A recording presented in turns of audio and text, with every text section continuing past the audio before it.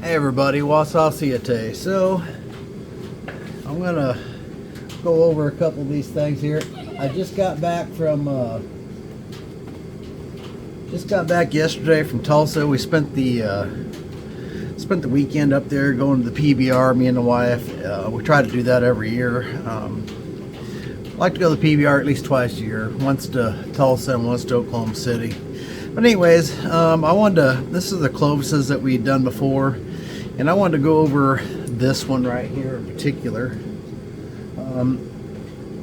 Actually, there was another one that I wanted to go over. I'm not sure where it's at now. Here it is. This was part of the Clovis series also, but let's look at this. So I had posted in that video when I was making this and it failed, what went wrong. Well, there was a lot of commentary in the forums and stuff about all the things that could go wrong, and there's no way of really knowing, but I honestly think I pretty much know on this one. I mean, I'm no Clovis expert, but so what happened was I watched the video again also, and I brushed this thing. So I brushed it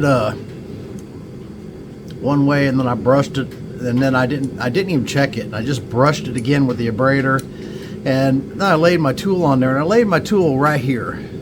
Now the problem with that is, as you can see here, hopefully, is laying my tool right here. I was so far below center that this thing had no choice but to just break off like it did.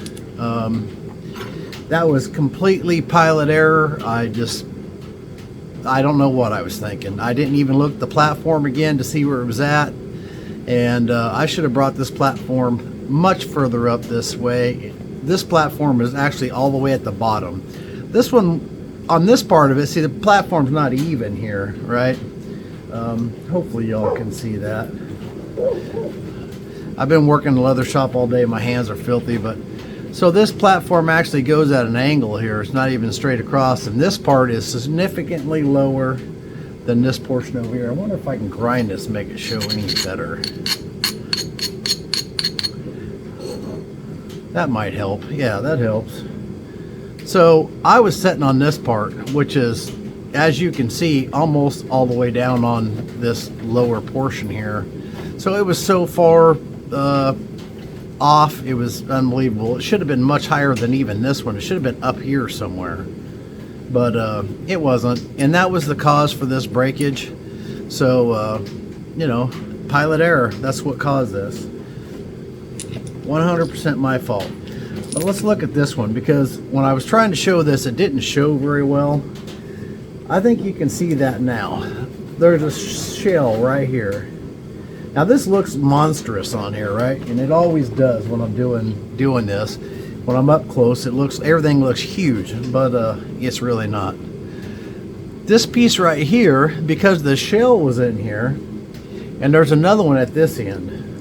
It's hard to see that. Let's see, I'm trying to get it turned so I think you can see it, but it looks really gritty and grainy right here. That was another shell right here. So the only part of this whole thing that was holding this piece together is this little piece right here, which is about 1/8 of an inch. The rest of this, now it might have had a little bit of solid piece here, but with this imperfections here, there was no way this was ever gonna hold together. Not in a million years. So, this is part of it though. Can I still make points out of this? Absolutely. As long as there's not any more fossils in there, I can. But I just kind of wanted to I'm fixing to shoot a flint knapping video, but I wanted to go over this and show you exactly what happened, because I didn't show it very well on that last video, but this platform was entirely too low, and I smacked that dude, and it had no choice but to just break the way that it did. It had no chance of running the flute. It was basically just putting pressure straight down because the platform was so high. And that's what happened. Another thing is that one of the fellow YouTuber, he suggested, he says, well, you need to flute the side you think's going to best first. Now, I've heard that before. Now, I'm not exactly sure why that is, and I'll tell you why. I wonder why that is. So theoretically, you want both sides set up so they both flute perfectly, right? And both sides of this should have fluted pretty nice. I did think this was going to be the side that fluted best, and I naturally kind of went to that. I think we just naturally go to that because we want to see a big old flute, right? So I think we just tend to go to that side first. But thinking about it, it may be better to take the weaker side first. If you have a weaker side, maybe you should take that first while the rock still has a lot of mass to it. Because the lighter the piece gets and the less mass the piece has, the harder it is to move flakes a long ways, or at least that's my experience. So it may be better off to take the weaker side, which would have been this one on this point, and taking the flake off it while there was more mass to the piece. Because this one, theoretically, set upright, should have just ran no problem, no problems whatsoever. So, I don't know, that's kind of my theory on it. It may be completely off there, but I kind of think that maybe a person, if you have a side that's a little weaker, you don't think it's going to flute as well. I don't know. I don't know if there's some sort, I don't know what the thinking is behind taking the side you think is going to flute best first. I'm not exactly sure what the thinking is behind that, other than my own personal thinking, where I think, you know, I want to see the best flute running down that dude that I can. So I want to take the best side first because I'm going to see that awesome flute, right? But in reality, I'm not so sure that that is the best course to follow. And you know, I don't know.